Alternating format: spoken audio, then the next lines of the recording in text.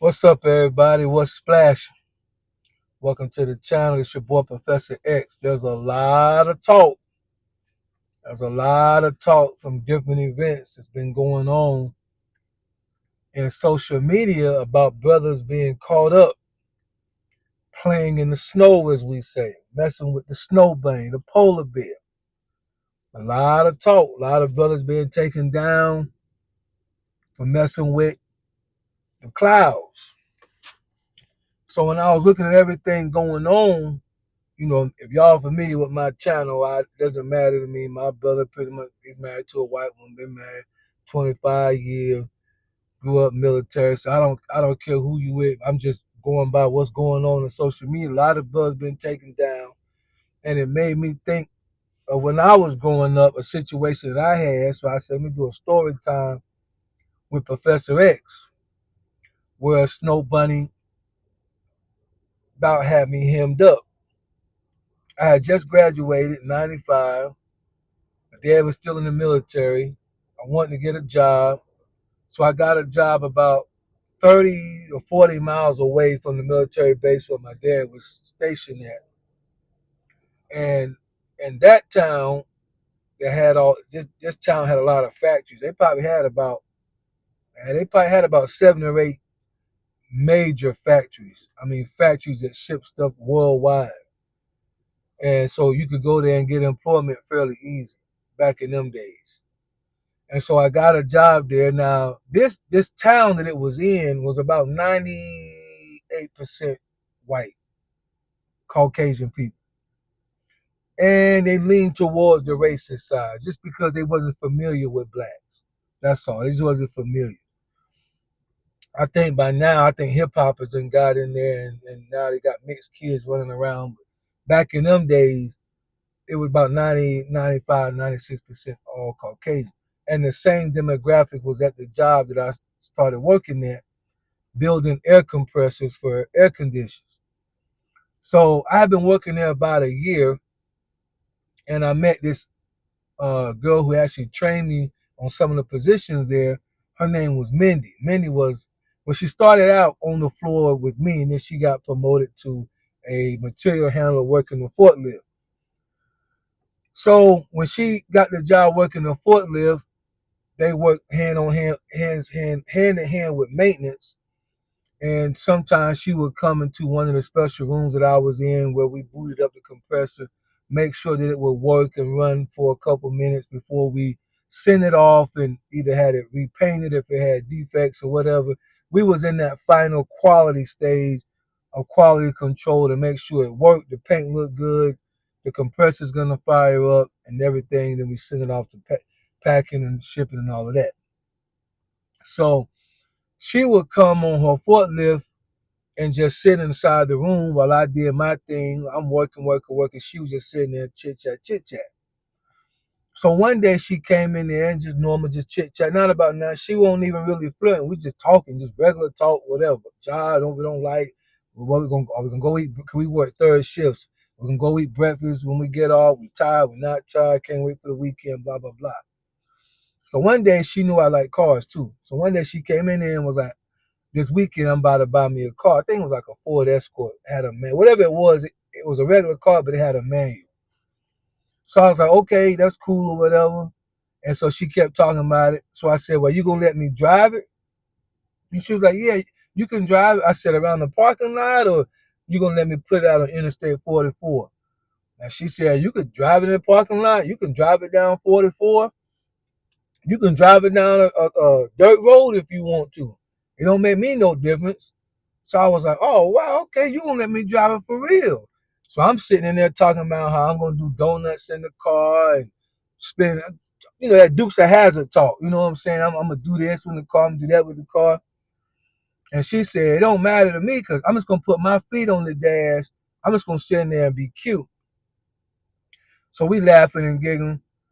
So about 10 seconds after I heard her, after she said, I'm just gonna sit in there and be cute, in the room that I was in, it kind of had sound deadening because sometimes those things would, the holes would pop off. It'd be kind of loud, a lot of high pressure air and everything. So the room was kind of sound deadening, but you could hear people that was talking outside, like on the other side of it. And about 10 seconds after she said, I'm gonna have my feet on the dash looking cute, I heard a dude, white dude, say, Bull S, Bull S. No, you not. So I'm like, somebody, saying somebody wilding out there, whatever. She said, that's my boyfriend.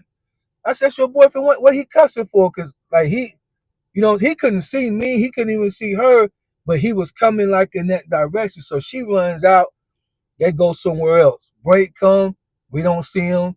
They never show up. After break, I go back to pretty much doing the same thing, but in a different room. Somebody came and got me. Call my name. Dion, we need you to come. They need to see you upstairs in the office. So I go up there. I'm not even thinking, right? I don't know what's going on. Somebody else had to come run my spot. All I know is I'm being called pretty much to go talk to the top dogs that work that's over the night shift. So they ask me, the corner, if y'all ever been involved in a situation, they ask the corner question at first, do you know so and so? Yeah, I know Mindy. Yeah, I know her. How do you know her? She trained me. I've been working with her for a year. She's a forklift driver. She used to work on the floor with me. We're friends. That's how I know her. Do y'all ever talk? Yes, we talk almost every night. I'm running my shift. She passed by on the forklift. I'll speak to her. She'll speak to me. Now, mind you, Minnie was fine. I ain't gonna lie, Minnie was very, very attractive. She had dark, kind of an exotic look. She had dark hair, kind of green slanted type eyes, but the green was really bright. So she looked very exotic, even though she was just a regular snow bunny. So I'm like, yeah, we pass each other by. We gonna speak. Do y'all speak outside of work? No, because there was no cell phone. Like, no, we don't speak outside of work. I don't have a phone number, nothing like that. When we get to work, I mean, I consider her a friend. Blah blah blah. So we talk. Have y'all ever talked about anything inappropriate? I'm like, no, we haven't. Did y'all talk tonight? Yes, we did. What y'all talk about? We talked about her buying a car. It was a manual. I asked if I could drive it. She said, yeah. Then they was like, where'd you say you was gonna go? I said, I told you I was gonna take it in the parking lot and then down the interstate. I'm like, what's going on, y'all? You just keep asking one question after another. So you never said anything appropriate to her? No, never. Well, she's claiming sexual harassment and fear for her life. What? What? She's claiming what? Now at this point, my heart rate going up because I already know I'm in this town full of white folk. I'm at this job full of white folk, and I already know what it's gonna look like. The military gonna get. It's just crazy. So they was like, yeah. She said that you threatened her that if she did not let you drive her car, that you was gonna damage the car, beat up her boyfriend, do all kind of other stuff. So she felt like she had no choice but to give you a ride in the car when she get it. But she also felt like you was gonna take advantage of her out there when y'all was out there. Because they said, did you mention a country road? I said, I didn't. She did. They was like, so you didn't mention the country? I said, no, I thought I was going to take her to the interstate and get the engine right. But I didn't say, she the one that said on the country road she can have her feet on the dash. And I guess she had spun it around and said, I said I want to take her on the country road and put her feet on the dash. That's how she spun it. I said, Lord, have mercy, Jesus. So they was like, go back down and then we'll let you know, but we probably going to have to, let you go. But go back down. We're going to call her back in and see what's going on because y'all story's not matching up. So when I went back down, one of her homegirls was like, what do they want? Because I guess she had seen many. I guess I came back. She was all crying, playing a little stupid role. I'm so scared. Dion scared me. So I told her, I was like, can you believe your friend out there talking about I sexually harassed her, this, that, and the third? And she said, Mindy said, what? I said, yeah. She went and told them folks. Let me tell y'all what happened. Let me stop and tell y'all what happened. She worked the forklift. So she's like part of the first responder team and everything else. Plus, they work right alongside of maintenance. Her boyfriend is on maintenance.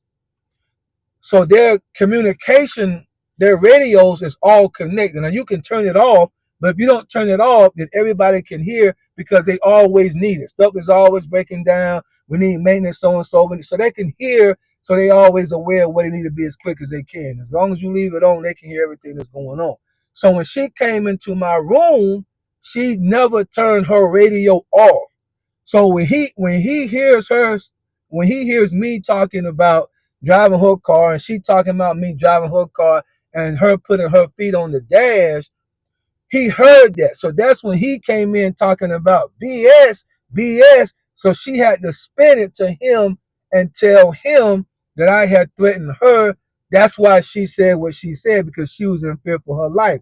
Never mind the fact that she's in my workspace. Never mind we're actually in a closed room where she parked her forklift and came in there where I'm at. I guess he missed all of that.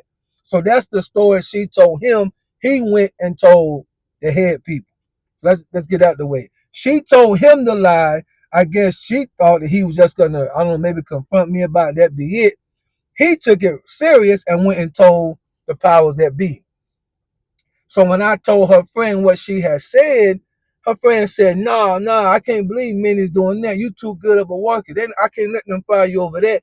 So her friend went and told the truth that I didn't even know. Mindy had already told her friend, who was a white girl, blonde, this was a blonde white girl. Minnie had already told her friend, when I get my car, I know Sean like cars.